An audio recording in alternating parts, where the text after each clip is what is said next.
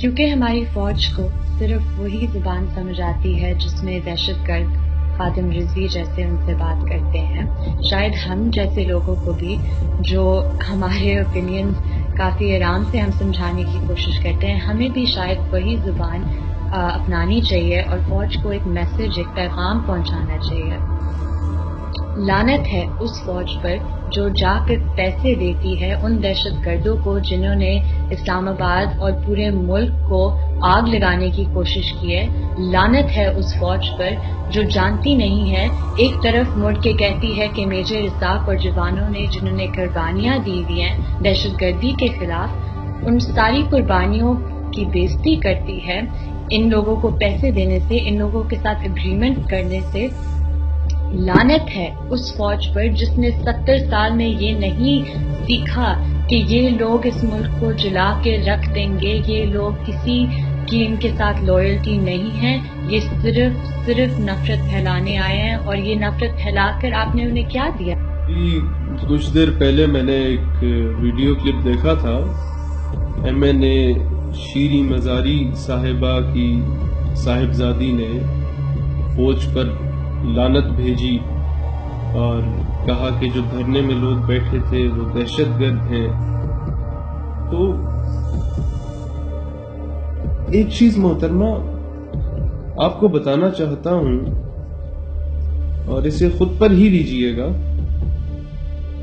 کہ جس معاملے کے لیے یہ لوگ بیٹھے تھے نا، وہ معاملہ بڑا سینسیٹیو معاملہ ہے، وہ معاملہ بہت حساس معاملہ ہے، اور اس معاملے کو سمجھنے کے لیے والد محترم کا ایک ہونا اور والدہ کا نیک ہونا بہت ضروری ہے۔ اور اگر آپ مجھ سے ثبوت بھی مانگتی ہیں ان چیزوں کے کہ بھئی اس کا پیچھے کیا لاجک ہے، تو میں آپ کو بتا بھی دوں گا۔ اور دوسری بات یہ کہ آج وہ لوگ ہمیں بتا رہے ہیں کہ جی دہشت گردی کیا ہوتی ہے، اور ہمیں بتا رہے ہیں کہ جی اسلام اس چیز کا درس نہیں دیتا، جن کی اپنی والدہ، ثبوت ہے میرے پاس، جن کی اپنی والدہ 126 دن اسلام آباد کی سڑکوں پہ ناچتی رہی ہیں، وہ ہمیں بتا رہے ہیں کہ سڑکیں بند نہیں کرنی چاہیے۔ 20 دن سڑک اگر ایک اچھی کاز کے لیے بند کی گئی ہے تو وہ درست نہیں ہے، وہ دہشت گرد ہے۔ پورا پاکستان ایک پلیٹر پہ دے دیا ہے۔ لعنت ہے اس فوج پر جو اپنے DHAs اور فوجی فرٹیلائزر سے پیسے کماتی ہے، لیکن 126 دن غیر مردوں کے ساتھ ناچنا جو ہے وہ بالکل جائز ہے۔ واہ واہ واہ واہ واہ، تو لبرلز کی مجھے بالکل سمجھ نہیں آتی۔ اور آپ جتنا اچھل رہی ہیں نا اپنی والدہ کے MNA کی سیٹ پر، جناب یہ جو ریزرو سیٹ ملتی ہے نا عورتوں کو، یہ الیکٹڈ MNAs نہیں ہوتے، یہ خیرات میں ملتی ہے۔ اور جس فوج پر آپ لعنت بھیج رہی ہیں نا، یہ اسی فوج کے کسی، میرے خیال ہے جنرل صاحب کی سفارش پہ ہی وہ خان صاحب نے آپ کی والدہ کو سیٹ دی تھی کہ چلو یار اسٹریٹجک افیئرس پر ایک دو تقریریں کر لیتی ہیں مزاری صاحبہ، تو انہیں سیٹ دے دو کل کو، مطلب بہتر رہے گا کسی اور کو دینے کی نسبت، تو احسان فراموشی نہیں کرتے۔ اور آرڈنری لوگ جو عام آدمی ہیں اس کی زندگی حرام کرنے میں لوگوں کو پیسے دیتی ہیں ان دہشت گردوں کو۔ لعنت ہے اس فوج پر جس نے 70 سال میں یہ نہیں سیکھا کہ دہشت گردوں کی سپورٹ کرنا، دہشت گردوں کے حامی بننا اس ملک کی تباہی پھیر رہا ہے۔ یہ ہماری فوج ہے، اس لیے تو پاک فوج زندہ باد کے نعرے لگا رہے ہیں خادم رضوی اور اس جیسے دہشت گرد، کیونکہ فوج اور دہشت گردوں میں اب کوئی فرق نہیں رہا، کیونکہ فوج اور دہشت گردوں میں اب کوئی فرق نہیں رہا۔